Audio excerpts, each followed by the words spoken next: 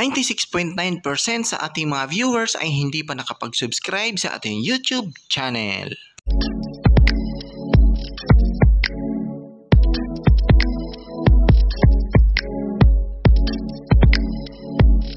Disclaimer: this channel does not promote or encourage any illegal activities. All contents provided by this channel is meant for educational So what's up guys? So, welcome back po sa panibagong nating videos, and for today's video guys is mag-update tayo ay patungkol dito sa ating Terlo update sa ating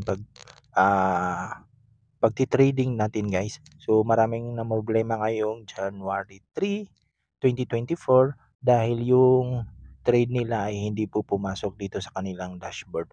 So as you can see, meron tayong trade noong January 1 and 2. So almost completed naman po yung trade natin at binigay naman lahat nila yung ating trade. So makikita nyo naman dito na completed po lahat yung transaction natin as of February 2, January 1. Baliktad pala to guys. So January 1, January 2, 2024.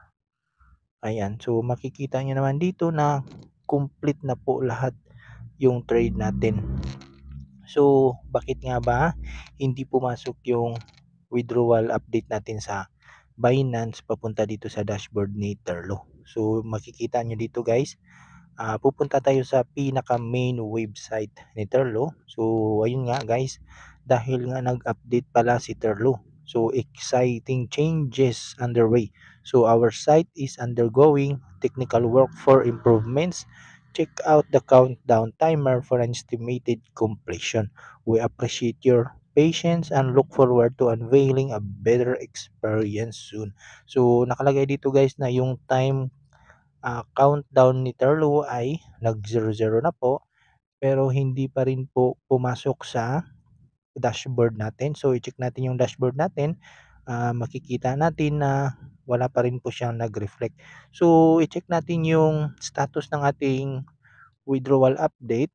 So download your transaction January 1, January 2, January 3. So i-download nyo po yung CSV file sa pinakababa sa ating dashboard. Makikita natin doon na meron tayong trade kanina at may nakalagay po na pending. So ibig sabihin completed nga doon sa Binance, pero sa Terlo dashboard ay hindi po siya nag-reflect. So gawa nga nung nag-maintenance po si Terlo. So dito naman nakalagay pending. So may nakalagay po na pending. So ibig sabihin hindi po siya nag-reflect sa dashboard at waiting na lang po ito na mag-reflect kasi nga under maintenance po si Terlo. So sana nga maintenance nga lang po si Terlo. At makikita naman dito sa atin na meron tayong 22.26 na makukuhang USD sa ating pagtitrade. At ganoon din po dito makikita natin na dito sa ating Binance na completed nga yung winidraw natin na 0.24 na LTC amount. So completed dito, pero sa ating dashboard ay pending. So ganun lang po gawin natin paano natin matrace yung tinrend natin kung saan nga ba napunta. So doon nga po natin makikita sa download CSV file sa pinakababa. So ito nga guys, pending po yung status natin.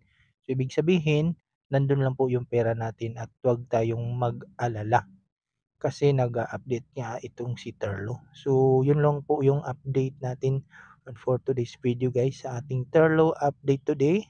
So maghihintay lang po tayo matapos yung update nila kasi nga inaayos pa nila yung website ni Terlo. So yun lang guys. Follow for more updates.